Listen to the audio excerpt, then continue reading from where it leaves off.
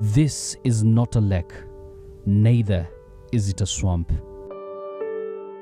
These are parts of Garissa and Tana River counties now submerged by the relentless El-Nino rains. Marooned by flood waters and literally cut off from the rest of Kenya, Garissa, which connects the entire northern Kenya to the country, has witnessed its people engage in yet another relentless battle against flood waters. Many have been forced to wade through the waters, salvaging the little they can from the raging floods, while others clutch onto anything as they navigate the dangerous waters to reach higher grounds. Tumeona 205, tumeona 97, lakini safari hii nafikiri imekuwa zaidi sana. 1961 ndio niliona maji ikifika hii barabara ya Sankur Road. Nasikia, kwa hivyo mimi naweza kusema hii si kitu ya kawaida. Northern Kenyan counties and FCDC counties are coming from 5 seasons of severe drought that has weakened the resilience of the pastoralists that live in this area. And just after they were emerging out of these 5 consecutive seasons of drought, then the El-Nino rains and floods hit them. The arrival of the floods follows the effects of the worst drought in 4 decades. 5 consecutive failed rainy seasons has worsened northern Kenya's fragile situation. And now, the destruction by the floods extends beyond individual losses. Crucial infrastructures like bridges and roads lie ravaged, leaving communities stranded. Hii village kuna shida sana. Na si ati mara ya kwanza inaingia maji. Several inakujanga kila wakati. Saa hii kuna mbuzi ziko huko upande hiyo, ngambo ile nyingine. Ng'ombe ziko upande hiyo nyingine. Hatuna poti ambaye inaenda huko kuokoa. Kuna bidhaa saa hii zinaokolewa. Lakini zile ambaye zimepotea ndani ya maji ndio nyingi kuliko ile ambaye iliokolewa. Over 18 internally displaced camps shelter more than 25,000 people, including women and children in Garissa County alone. Each tent here tells a story of loss and displacement, a dire consequence of nature's wrath. And as night falls, Fatuma Balaga, a mother of 3 and a resident of Ziwani village, faces the harsh reality faced by many in Garissa. Alone in the darkness, she wanders through the remnants of what was once her home, now reduced to rubble by the unforgiving force of the floods. In the quiet of the night, Fatuma takes on another role, that of protecting her 3 children from mosquitoes and other insects in the camp. For her family, this is another long night of struggling for survival. Manyumba zote zimeporomoka. Hakuna hata bati moja. Nyumba zimeanguka chini na hatujui tukitoka hapa tutaelekea wapi. Umbu mwenyewe wamezidi. Hakuna neti, watoto wanalala bila neti. Wewe ni kukaa ukose usingizi ili kutolea watoto umbu mpaka asubuhi.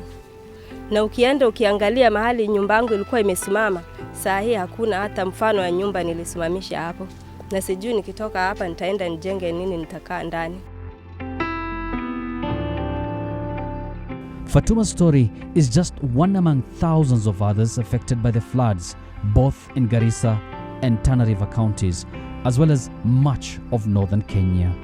Each tale reflects the devastating impact of floods, rendering families homeless and livelihoods destroyed. As the El-Nino rains continue their relentless onslaught, their impact on northern Kenya becomes more pronounced by the day. The numbers speak volumes. A staggering 95,000 households are grappling with the aftermath, with more than 45,000 families forced out of their homes due to the flooding that has mostly affected Asal counties. As of December 2023, Kenya's National El-Nino Steering Committee said the floods have killed a total of 120 people, with Tana River, Garissa, Wajir and Mandera counties worst hit. In addition to that, Samburu, Marsabit and Lamu were also affected. The floods triggered by El-Nino have not only disrupted human lives, but have devastated the once thriving livestock sector in northern Kenya. Livestock, the backbone of the region's economy and sustenance, faces unprecedented challenges. Roads, crucial for transporting these animals and connecting Garissa to the broader market, now lie in ruins. For these traders, they are left counting losses as the economic lifeline, which is heavily reliant on the free flow of livestock transport, has been abruptly disrupted. Hakuna ng'ombe, ngamia hakuna, ni mbuzi kidogo tu ambaye imeletwa leo. Nafikiri mliona na macho yenu. Kwa hivyo hapa Garissa ilikuwa inauzwa kama ng'ombe 1,500 2,000 kwa wiki, siku ya Jumatano kama leo. Na siku ya Jumamosi inauzwa kama ngamia 100 hivi. Sasa hakuna soko. The Garissa livestock market, once a vibrant hub, now stands as a testament to the devastation. It is a haunting reminder of the impact of these floods. The echoes of bustling trade have been replaced by silence. The few livestock traders in the area are now left whispering among themselves on the challenges that lie ahead, including a possible breakout of waterborne diseases and other illnesses that could affect their livestock. Wakati mvua mingi namna hii mbuzi inapasukanga mguu, inaitwa foot rot, ambaye inaweza hata kuua. Right now as we speak, an outbreak of Rift Valley fever is which is a vector-borne disease is already reported both in Lamu as well as Tana River. Weather experts are warning about an imminent escalation, foreseeing the El-Nino reaching its peak in the near future. Amidst these discussions, it is the most vulnerable communities who bear the brunt, experiencing firsthand the harsh reality of climate change. All the phenomena that we're seeing currently is all climate change related phenomenon. And the climate change phenomenon has the qualities of frequent occurrence of floods or drought interchangeably, but also the intensity of every episode is much higher than what a lot of the elderly people in the northern Kenya will tell you, that they really have never seen this kind of intensity of excessive drought or excessive flooding. A fact that experienced pastoralists like Tumal Orto know it all too well. How comes that you have been talking for the last 27 years and then with no solutions? Last year, I was in COP27. Imagine I was the only pastoralist. The people talk about indigenous smallholder farmers and so forth. I was the only person in African continent in my capacity as a livestock keeper who attended that.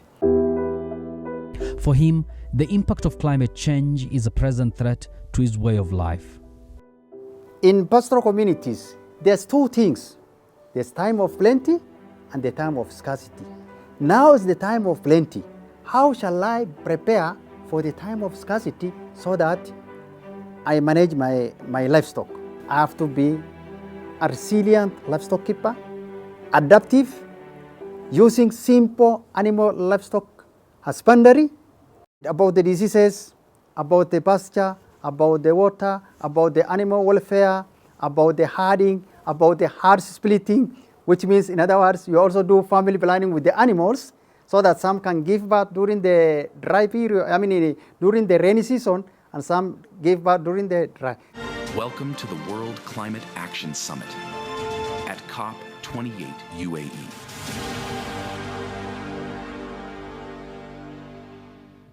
This is a message that President William Ruto delivered at the global stage.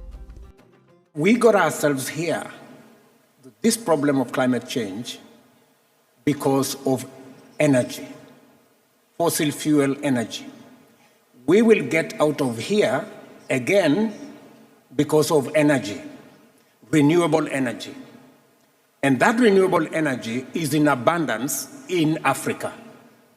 And that is why we believe that we are very well positioned to be part of the solution to the challenge we have today. While world leaders convene to discuss global climate policies at COP28, the pressing demands of those on the front lines cannot be ignored. The urgency to address climate change isn't just a matter of policy. It is a cry for survival from those witnessing its impacts firsthand. And as the floodwaters recede, the devastation left in their wake remains. Rebuilding the shattered livestock industry in Garissa, and by extension northern Kenya, requires concerted efforts, from repairing infrastructure to restoring livelihoods.